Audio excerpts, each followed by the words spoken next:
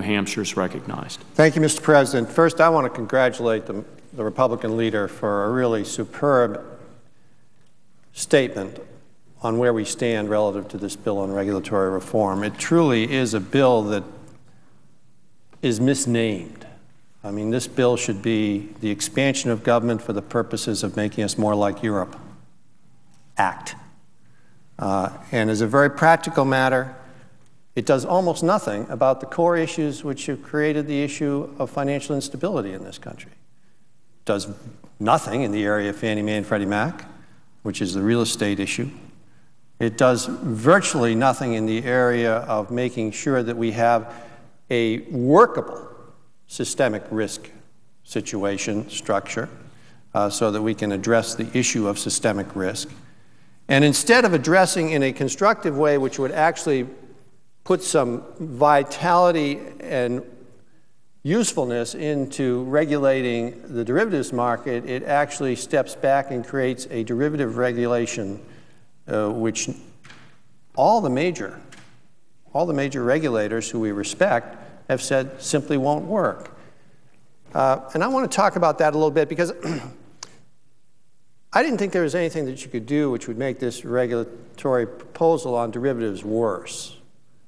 But now we see an amendment coming from the chairman of the committee, which I'm sure is well-intentioned, but which actually makes it worse. The way the derivatives language of this bill has evolved is that it just gets worse and worse and worse in a almost incomprehensible, irrational way that is rather surreal.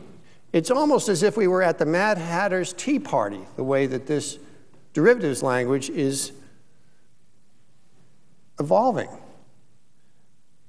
We now have in the bill itself as proposed language, which the chairman of the FDIC, the Federal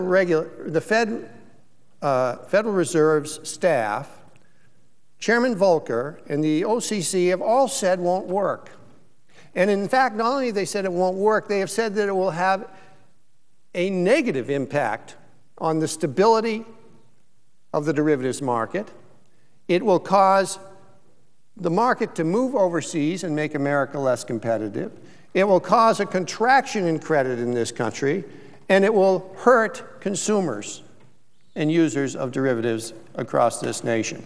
Those are the words, paraphrased to some degree, but essentially accurate, of the major players who actually discipline and look at this market in defining the bill as it's presently before us.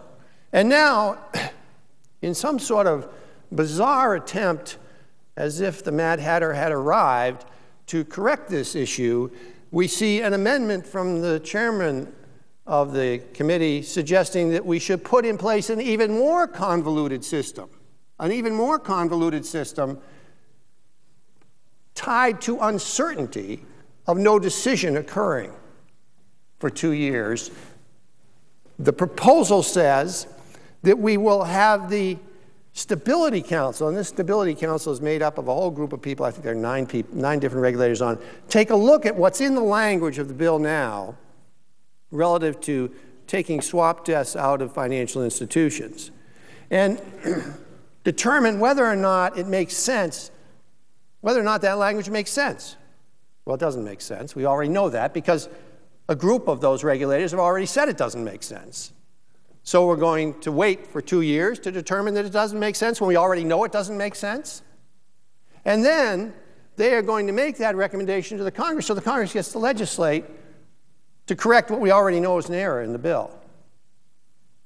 And then, to make this an even more Byzantine exercise in regulatory absurdity, the Secretary of Treasury has the right to overrule the Congress or maybe act independently of the Congress and take action pursuant to whatever the Stability Council decided. And on top of all of this convoluted exercise in chaos, the proposal actually undermines the Lincoln proposal, which is in the bill, and makes the Lincoln proposal even less workable by saying that the swap desk can't even be retained by affiliates, but must be totally separated totally separated, which inevitably leads to swap desks which do not have capital adequacy or stability or the necessary strength to defend the derivatives actions which they're making markets in.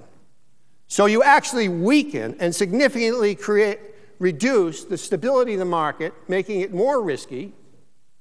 And in the same time, the estimate is that you would contract credit in this country by close to $750 billion. $750 billion less credit. What does that mean?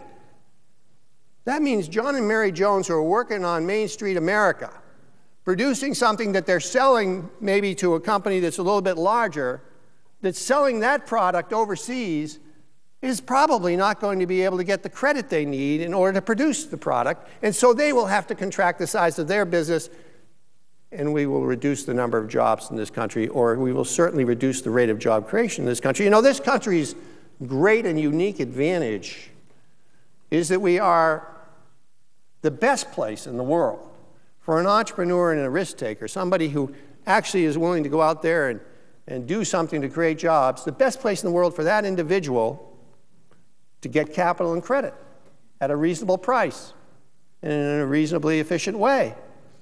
This bill fundamentally undermines that unique advantage which we have, and this language compounds that event of undermining that unique situation. It is, as I said, like participating in the Mad Hatter Tea Party to watch the way that this bill has evolved on the issue of derivatives regulation. And the product, well, I guess the Queen of Hearts would be proud of it, but I can tell you the effect on the American people, on commerce and on Main Street, is going to be extraordinarily negative should we pass it. Thank you, Mr. President. I yield the floor.